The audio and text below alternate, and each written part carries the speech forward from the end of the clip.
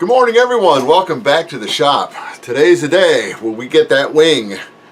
We'll do the final mount on the wing, and it's all got to do with this little piece that's going to sit up front, and this was what we're going to start with. I just ripped down some, it's not even 1/4 inch, it's probably, let's just call it 1/4 inch balsa. 45-degree angle, I caught that one, 45-degree angle cut, and we're going to go ahead and we're going to jam it down here in the slot and glue it into place. Then we'll cut it off, and then we'll let the fun begin, because I got to figure out how to work with two different curves. It curves around the back side from here to here, and then fore and aft as well. So that's going to be it will be exciting. I'll probably come in and do it with several sheets of thin balsa, because I want to build it up, but then I also want to keep it strong. Even though I've got this piece in here to help keep the wing together. For those of you who've watched the earlier videos on the spars, the top and bottom and side to side are all joined together, not with balsa, but with plywood. So that way everything is solid, and I'm not afraid of this. I mean, I'm not afraid of the wing breaking. If the wing breaks, it's probably because I hit one of the wing tips on the ground at a high rate of speed. So, all right, let's go ahead and let's get this glued.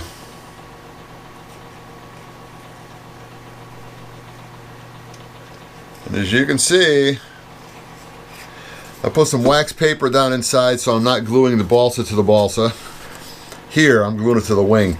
What I did here was I used a template for my little peg holes inside. I just pretty much put the wax paper down, took a sharp pencil, ran it through the holes, slid this over the front of the wing.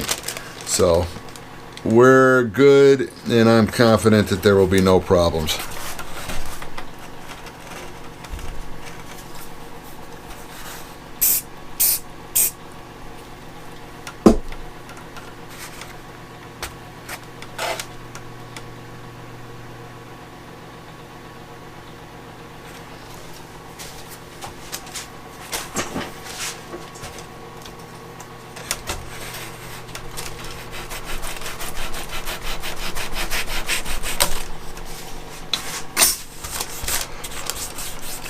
Stage one is done. All right, now let me figure out, because I'm going to need to get this up to this height. I'm just making sure that when I cut this, I'm still leaving a little bit to sand off so that it's got very good flow. And then what I'm going to have to do is, with this piece I'm gluing in, it's going to have to be sanded back a little bit, because I still want to readdress the leading edge of the wing to recess it a little bit, and then I've got to do the top for those little things you saw in the last video where it was bumping on the side of the fuselage. So this is why today we're going to focus mostly on the wing, and then once we're done with the wing, I may make a couple changes to the turtle deck just for added stiffening, but that we'll take a look at later on.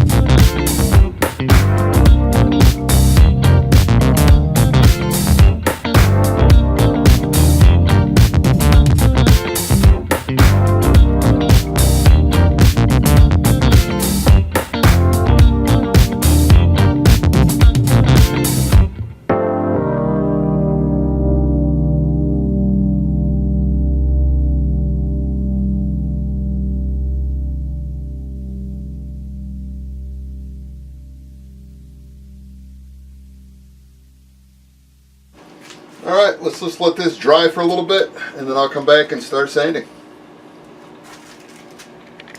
Alright, I got the bottom piece already sanded, and we're going to go ahead and do the little uncover, and then I'll see exactly what I've got to do, because there's a couple little spots. I mean, there's going to be final sanding. When I get done with this plane, before I even start to cover, before I even start, sorry about that, before I even put my sealer on, before I start putting nitrate dope on it to seal the wood, I'm going to probably be doing about a 2 to 3 hour sand job just to make sure that everything is the way I want it before I even start. So anyway, let's go ahead and let's get all this masking tape taken off.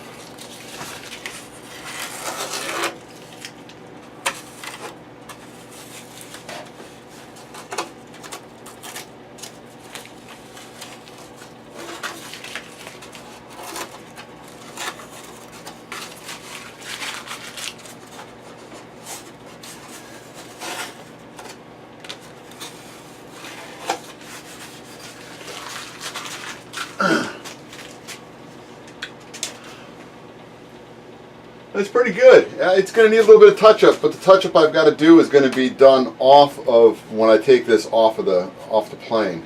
Let me show you guys on the GoPro how well this came out. Hopefully I won't be hitting anything and making noise. We're pretty tight.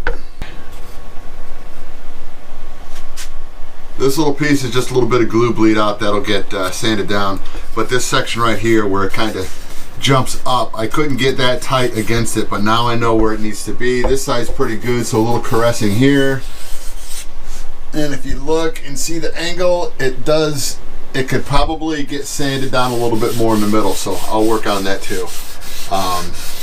So this will be the final prep on this before I call this little piece done, but it's actually looking pretty good, and it does do exactly what I wanted it to do.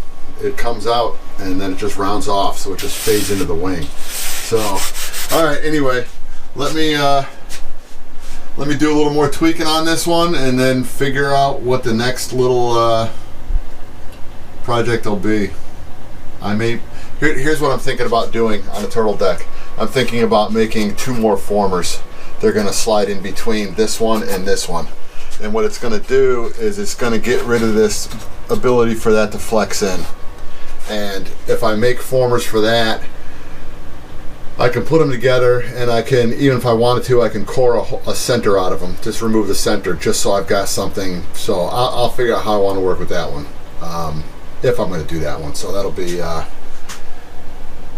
discuss it with myself over lunch. So, all right. Let me get back to working on this, and I'll bring you guys back in once this is finished.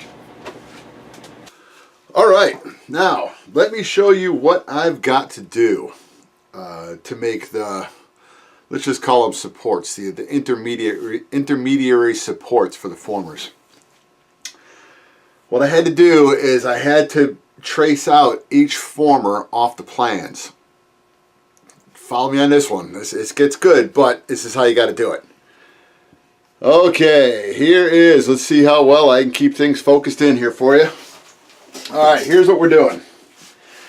Here are the little teeny formers I traced out. There's 5, 6, 7, and little old 8. Now what I did on all of these, let me show you on 6, I drew a little line across this. So this is where the bottom of the first stringer is. I don't need to go below that. I don't need a vertical support. I need a horizontal support. So there's weight being lost right there. I mean, it's not much. This is not gonna, I don't have to go with some really heavy balsa either. I can go with light balsa on this, so I'm gonna be hunting for some really light stuff.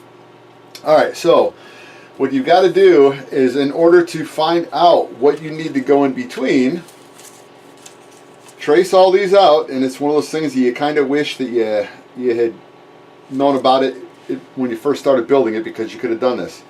Then what I'm going to do this off camera because it's going to take me a while. You pretty much notch a line halfway, so just put little dots down halfway between former number 4 and former number 5. that's going to be the intermediary support, the brace going across. And then you're going to do the same thing between F6 and F7. And then you're going to do between F8 and F7. Then you cut these things out.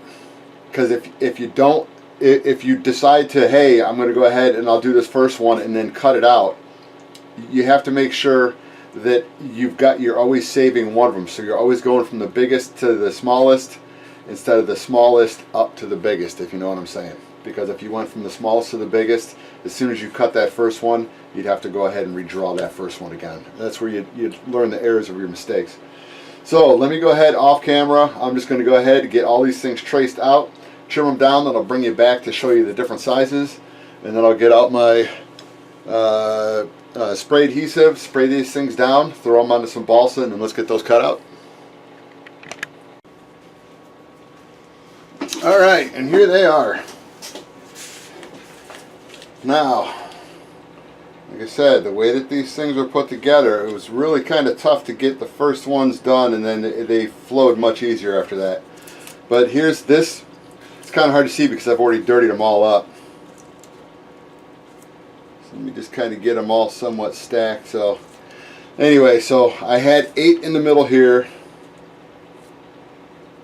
And then I came out to the outside of this one here, and then I drew around it. So this one, so this is the final piece that's going to get cut out for a number between 6 and 7. So that's like, 7.5.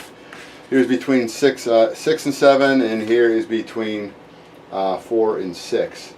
Sorry about that. They don't have a, oh, they do have a fifth former. It's down below. My bad. Anyway, so let me go ahead and get these things glued to a piece of balsa and get it cut out, and then I will show you the end result of the cutting, and then we'll get the fuselage upside down and see how well they fit. Now, they don't have to be 100% accurate to the middle in between. We just want to get it really close. That's the whole intent on these. So, all right, right back. All right. Now, it's not a paid endorsement, because if it was a paid endorsement, I'd have a much bigger shop. Alright, this is what I use when I make my little templates, because it works not only on, balsa, it works pretty decent on foams too. So I just go ahead and spray it on it till it gets lightly tacked, and I've already got my little piece of balsa. It's a thin balsa. It's probably 1/8 inch, but it's a relatively dense little balsa. So it'll be, because they're small little pieces, it'll be very good balsa use. So let me get this set up, and then I'll get cutting, and I'll be right back. Alright, I got the first one installed just because I wanted to to see how good it worked, so I didn't want to look like a failure. No, everything fit great on it too. We are a little bit more than halfway between, but that's fine, because this is the strongest part up front anyway. That's when the 1/4 by 1/4 inch is thickest. It tapers as it goes back. That's where it gets a little more delicate, and that's what I was really more concerned about back here than up front. But that's the first one. Let's see how they progress as we go back, and I'm hoping it will work just as nicely as we keep going. Alright, I was able to get this one worked up inside here with my fingers. It's not glued in, it's just holding itself in place. And we're about midway on this one, so this one came out real nice. Gonna just wick some CA down inside there, and we are going to call this one done.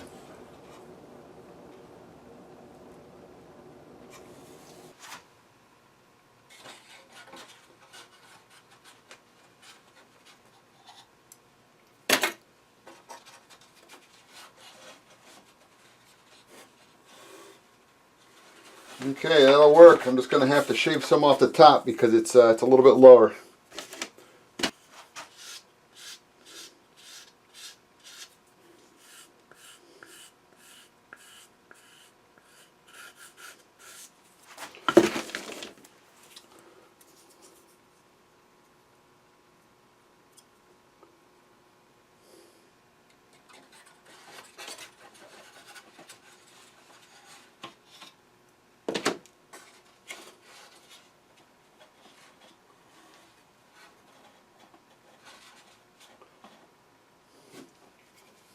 Alright, we're good.